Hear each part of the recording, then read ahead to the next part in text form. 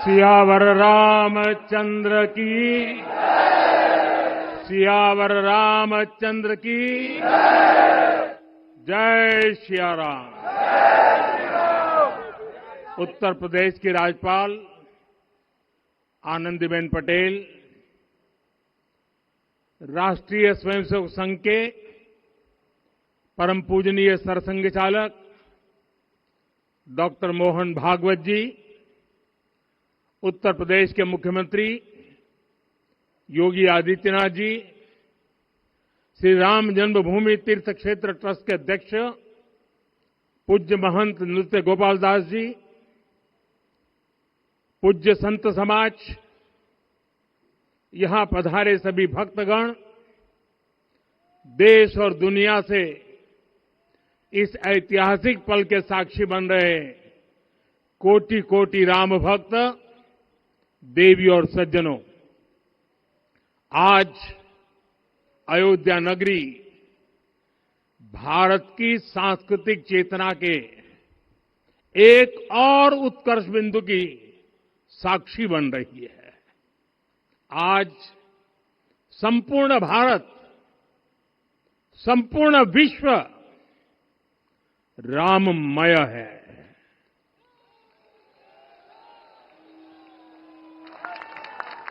हर राम भक्त के हृदय में अद्वितीय संतोष है, असीम कृतज्ञता है, अपार अलौकिक आनंद है।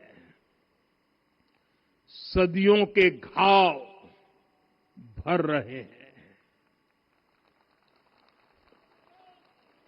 सदियों की वेदना आज विराम पा रही है।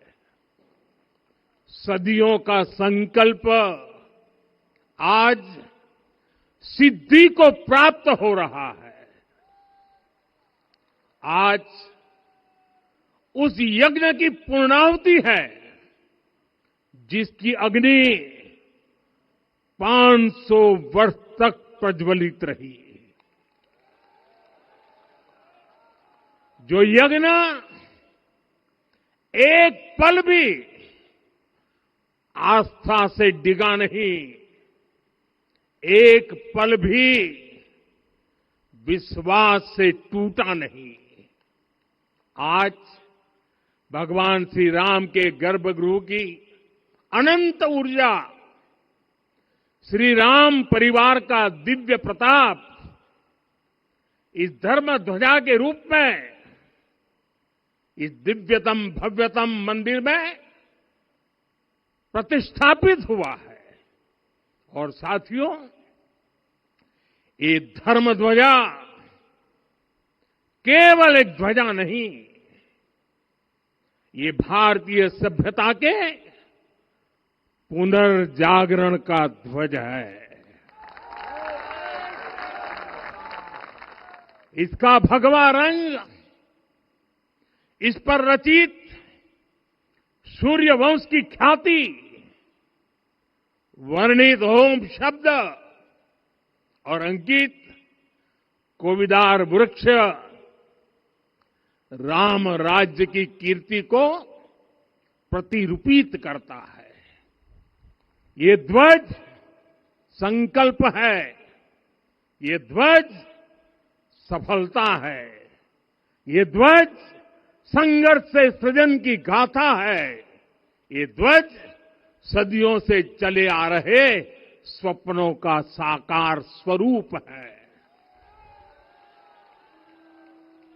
ये ध्वज संतों की साधना और समाज की सहभागिता की सार्थक परिणति है। साथियों, आने वाली सदियों और सहस्त्र शताब्दियों तक ये धर्म ध्वज प्रभु राम के आदर्शों और सिद्धांतों का उद्घोष करेगा। ये धर्म ध्वज आह्वान करेगा, सत्यमेव जयते नानृतम, यानी जीत सत्य की ही होती है, असत्य की नहीं। ये धर्म ध्वज उद्घोष करेगा, सत्यम एक पदम, ब्रह्म सत्य धर्म प्रतिष्ठित, अर्थात सत्य ही ब्रह्म का स्वरूप है, सत्य में ही धर्म स्थापित है। ये धर्म ध्वज प्रेरणा बनेगा, प्राण जाए पर वचन न जाहि, अर्थात जो कहा जाए वही किया जाए। ये धर्म ध्वज संदेश देगा, कर्म प्रधान विश्व रची राखा, अर्थात विश्व में कर्म और कर्तव्य की प्रधानता हो। ये धर्म ध्वज कामना करेगा, बैर न विग्रह आस न त्रासा, सुखमय ताहि सदा सब आशा, यानी भेदभाव, पीड़ा, परेशानी से मुक्ति, समाज में शांति और सुख हो। ये धर्म ध्वज हमें संकल्पित करेगा, नहीं दरिद्र कोउ दुखी न दीना, यानी हम ऐसा समाज बनाएं जहां गरीबी न हो, कोई दुखी या लाचार न हो।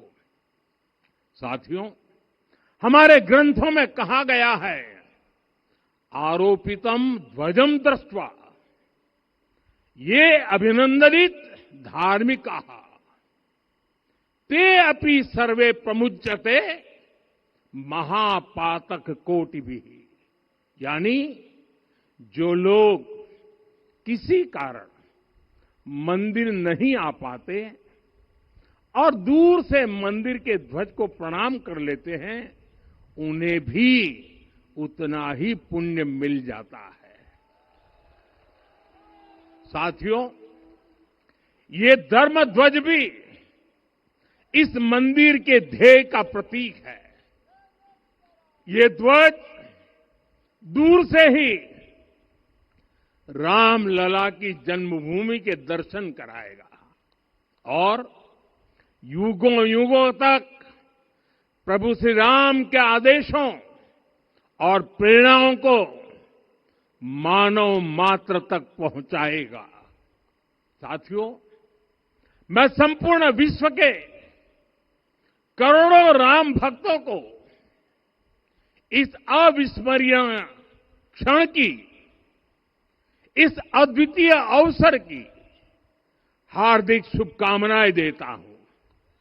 मैं आज उन सभी भक्तों को भी प्रणाम करता हूं, हर उस दानवीर का भी आभार व्यक्त करता हूं जिसने राम मंदिर निर्माण के लिए अपना सहयोग दिया।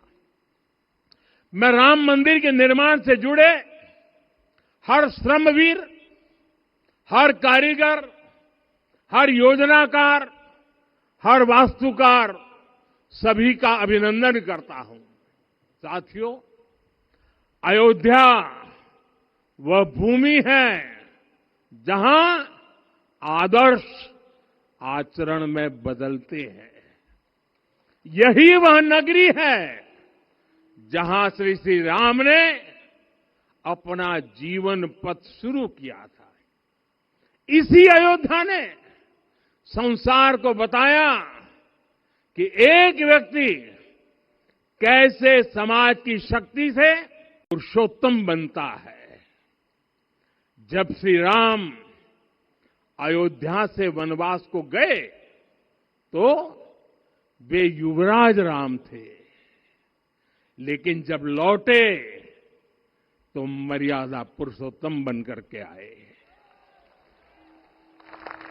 और उनके मर्यादा पुरुषोत्तम बनने में महर्षि वशिष्ठ का ज्ञान, महर्षि विश्वामित्र की दीक्षा, महर्षि अगस्त्य का मार्गदर्शन, निषाद राज की मित्रता, मां शबरी की ममता, भक्त हनुमान का समर्पण, इन सब की अनगिनत ऐसे लोगों की महत्वपूर्ण भूमिका रही है।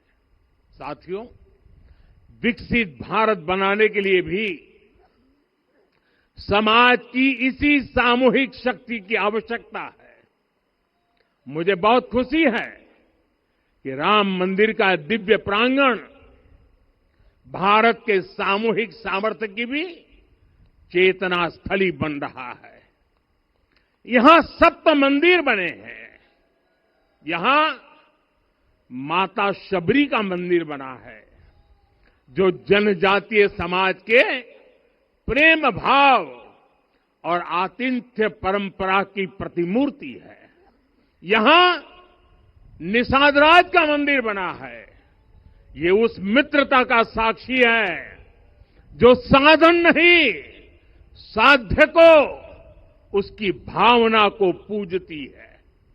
यहां एक ही स्थान पर माता अहिल्या है, महर्षि वाल्मीकि है, महर्षि वशिष्ठ है, महर्षि विश्वामित्र है, महर्षि अगस्त्य है और संत तुलसीदास है। रामलला के साथ साथ इन सभी ऋषियों के दर्शन भी यहीं पर होते हैं। यहां जटायु जी और गिलहरी की मूर्तियां भी हैं, जो बड़े संकल्पों की सिद्धि के लिए हर छोटे से छोटे प्रयास के महत्व को दिखाती है। मैं आज हर देशवासी से कहूंगा कि वो जब भी राम मंदिर आए तो सप्त मंदिर के दर्शन भी अवश्य करें। ये मंदिर हमारी आस्था के साथ साथ मित्रता, कर्तव्य और सामाजिक सद्भाव के मूल्यों को भी शक्ति देते हैं। साथियों, हम सब जानते हैं, हमारे राम भेद से नहीं, भाव से जुड़ते हैं। उनके लिए व्यक्ति का कुल नहीं, उसकी भक्ति महत्वपूर्ण है। उन्हें वंश नहीं, मूल्य प्रिय है। उन्हें शक्ति नहीं, सहयोग महान लगता है।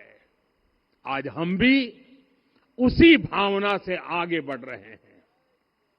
पिछले 11 वर्षों में महिला, दलित, पिछड़े, अति पिछड़े, आदिवासी, वंचित, किसान, श्रमिक, युवा, हर वर्ग को विकास के केंद्र में रखा गया है।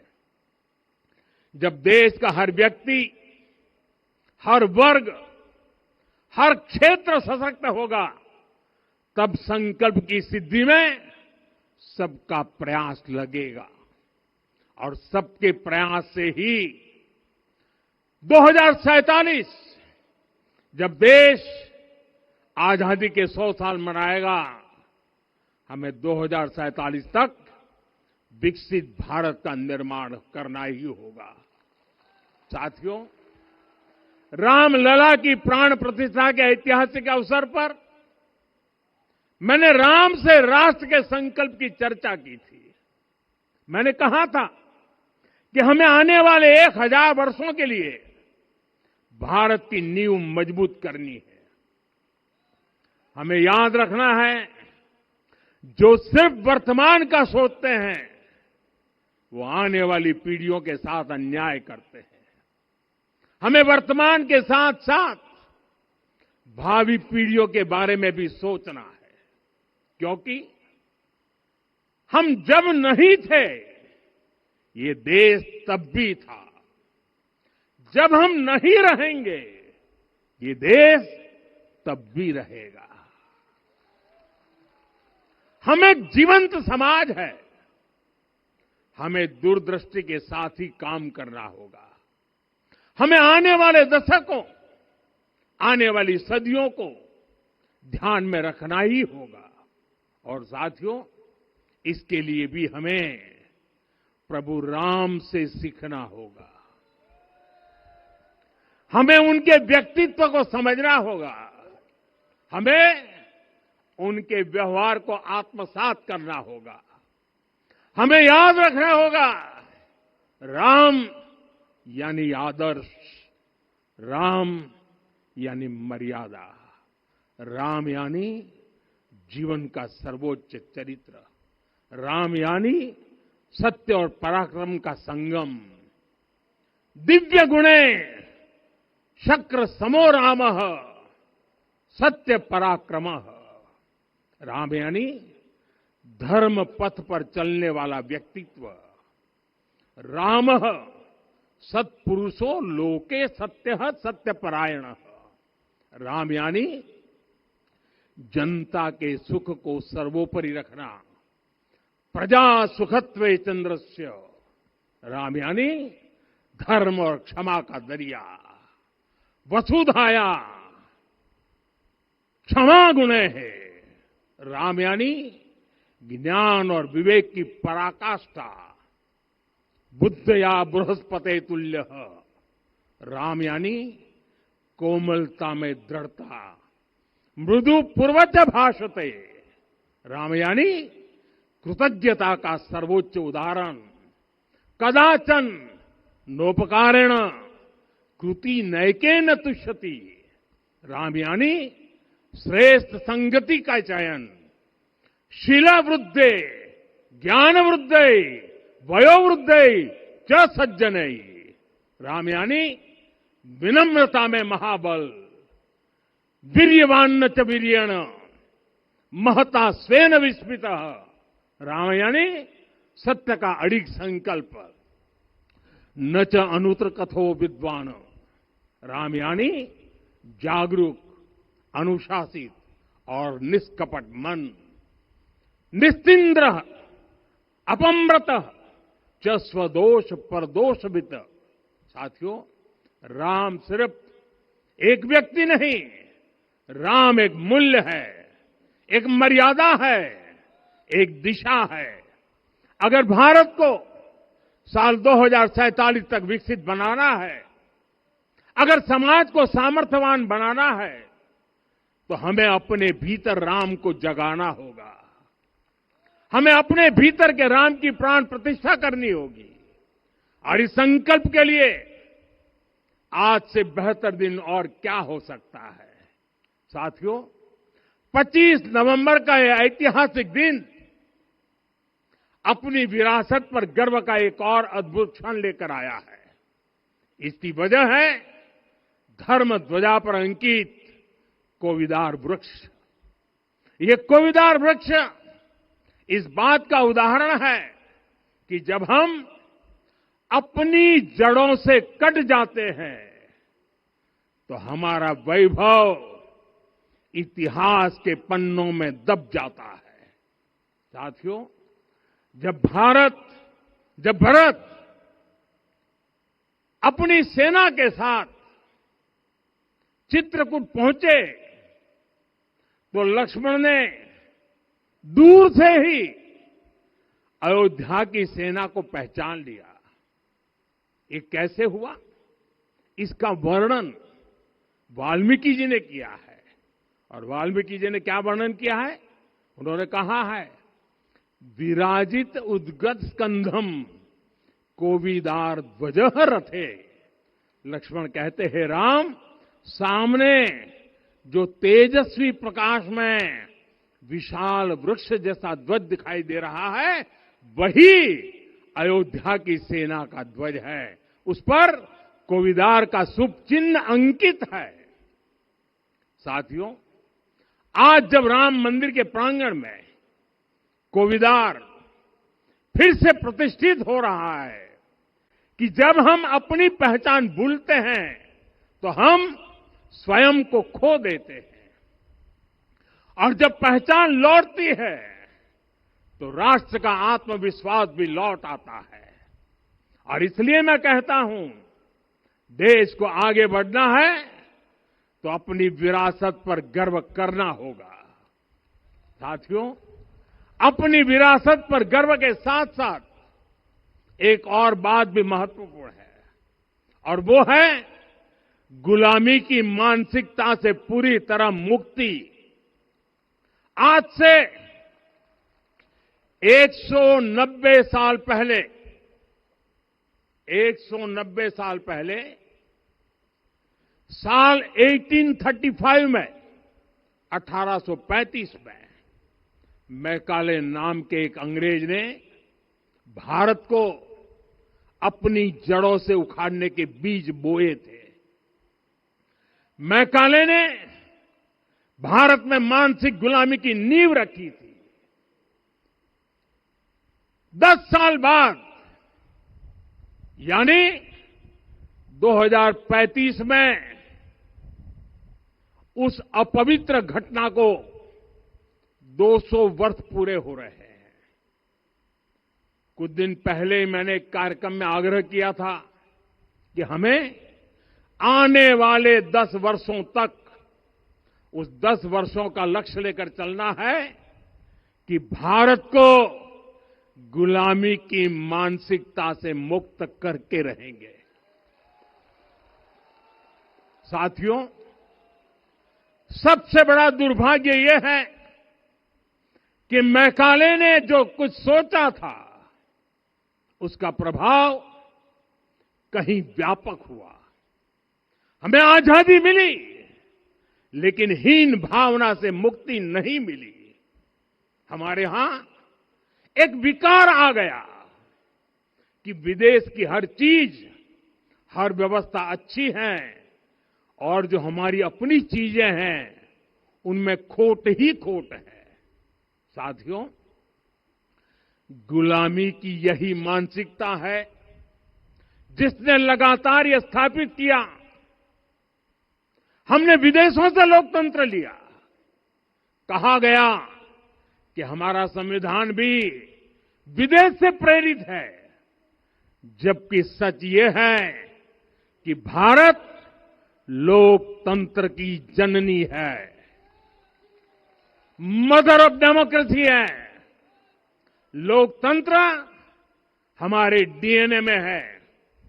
साथियों, अगर आप तमिलनाडु जाएंगे तो तमिलनाडु के उत्तरी हिस्से में उत्तीरमेरूर गांव है। वहां हजारों वर्ष पहले का एक शिलालेख है। उसमें बताया गया है कि उस कालखंड में भी कैसे लोकतांत्रिक तरीके से शासन व्यवस्था चलती थी, लोग कैसे सरकार चुनते थे। लेकिन हमारे यहां तो मैग्ना कार्टा की प्रशंसा का ही चलन रहा। हमारे यहां भगवान बसवन्ना, उनके अनुभव मंटपा की जानकारी भी सीमित रखी गई। अनुभव मंटपा यानी जहां सामाजिक, धार्मिक और आर्थिक विषयों पर सार्वजनिक बहस होती थी, जहां सामूहिक सहमति से निर्णय लिए जाते थे।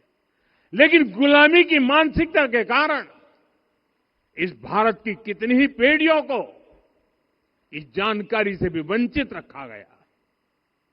साथियों, हमारी व्यवस्था के हर कोने में गुलामी की इस मानसिकता ने डेरा डाला हुआ था। अब याद करिए, भारतीय नौसेना का ध्वज सदियों तक उस ध्वज पर ऐसे प्रतीक बने रहे जिनका हमारी सभ्यता, हमारी शक्ति, हमारी विरासत से कोई संबंध नहीं था। अब हमने नौसेना के ध्वज से गुलामी के हर प्रतीक को हटाया है। हमने छत्रपति शिवाजी महाराज की विरासत को स्थापित किया है। और ये सिर्फ एक डिजाइन में बदलाव नहीं हुआ, ये मानसिकता बदलने का क्षण था। ये वो घोषणा थी कि भारत अब अपनी शक्ति अपने प्रतीकों से परिभाषित करेगा, न कि किसी और की विरासत से। और साथियों, यही परिवर्तन आज अयोध्या में भी दिख रहा है। साथियों, ये गुलामी की मानसिकता ही है जिसने इतने वर्षों तक रामत्व को नकारा है। भगवान राम अपने आप में एक वैल्यू सिस्टम है। ओरछा के राजा राम से लेकर रामेश्वरम के भक्त राम तक और शबरी के प्रभु राम से लेकर मिथिला के पाहुन राम जी तक भारत के हर घर में, हर भारतीय के मन में और भारतवर्ष के हर कण कण में राम है। लेकिन गुलामी की मानसिकता इतनी हावी हो गई कि प्रभु राम को भी काल्पनिक घोषित किया जाने लगा। साथियों, अगर हम ठान लें अगले 10 साल में मानसिक गुलामी से पूरी तरह मुक्ति पा लेंगे और तब जाकर के ऐसी ज्वाला प्रज्वलित होगी, ऐसा आत्मविश्वास बढ़ेगा कि 2047 तक विकसित भारत का सपना पूरा होने से भारत को कोई रोक नहीं पाएगा। आने वाले 1000 वर्ष के लिए भारत की नींव तभी सशक्त होगी जब मैकाले की गुलामी के प्रोजेक्ट को हम अगले 10 साल में पूरी तरह ध्वस्त करके दिखा देंगे। साथियों, अयोध्या धाम में रामलला का मंदिर परिसर भव्य से भव्यतम हो रहा है और साथ ही अयोध्या को संवारने का काम लगातार जारी है। आज अयोध्या फिर से वह नगरी बन रही है जो दुनिया के लिए उदाहरण बनेगी। त्रेता युग की अयोध्या ने मानवता को नीति दी। 21वीं सदी की अयोध्या मानवता को विकास का नया मॉडल दे रही है। तब अयोध्या मर्यादा का केंद्र थी, अब अयोध्या विकसित भारत का मेरुदंड बनकर उभर रही है। साथियों, भविष्य की अयोध्या में पौराणिकता और नूतनता का संगम होगा। सरयू जी की अमृत धारा और विकास की धारा एक साथ बहेगी। यहां आध्यात्म और आर्टिफिशियल इंटेलिजेंस दोनों का तालमेल दिखेगा। राम पथ, भक्ति पथ और जन्मभूमि पथ से नई अयोध्या के दर्शन होते हैं। अयोध्या में भव्य एयरपोर्ट है। अयोध्या में आज शानदार रेलवे स्टेशन है। वंदे भारत और अमृत भारत एक्सप्रेस जैसी ट्रेनें अयोध्या को बाकी देश से जोड़ रही हैं। अयोध्या वासियों को सुविधाएं मिले, उनके जीवन में समृद्धि आए, इसके लिए निरंतर काम चल रहा है। साथियों, जब से प्राण प्रतिष्ठा हुई है तब से लेकर आज तक करीब 45 करोड़ श्रद्धालु यहां दर्शन के लिए आ चुके हैं। ये वो पवित्र भूमि है जहां 45 करोड़ लोगों के चरण रज पड़े हैं और इससे अयोध्या और आसपास के लोगों की आय में आर्थिक परिवर्तन आया है, वृद्धि हुई है। कभी अयोध्या विकास के पैमानों में बहुत पीछे थी, आज अयोध्या नगरी यूपी के अग्रणी शहरों में से एक बन रही है। साथियों, 21वीं सदी का आने वाला समय बहुत महत्वपूर्ण है।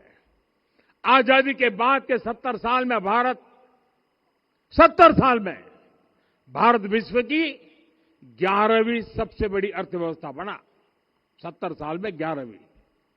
लेकिन पिछले 11 साल में ही भारत विश्व की 5वीं सबसे बड़ी अर्थव्यवस्था बन चुका है। और वो दिन दूर नहीं जब भारत विश्व की 3री सबसे बड़ी अर्थव्यवस्था भी बन जाएगा। आने वाला समय नए अवसरों का है, नई संभावनाओं का है और इस अहम कालखंड में भी भगवान राम के विचार ही हमारी प्रेरणा बनेंगे। जब श्री राम के सामने रावण विजय जैसा विशाल लक्ष्य था, तब उन्होंने कहा था, सौरज धीरज ते ही रथ चाका, सत्यशील दृढ़ ध्वज पताका, बल विवेक दम परहित गोरे, क्षमा कृपा समता रजु जोरे। यानी रावण पर विजय पाने के लिए जो रथ चाहिए, शौर्य और धैर्य उसके पहिए हैं, उसकी ध्वजा सत्य और अच्छे आचरण की है, बल विवेक, संयम और परोपकार इस रथ के घोड़े हैं। लगाम के रूप में क्षमा, दया और समता है जो रथ को सही दिशा में रखते हैं।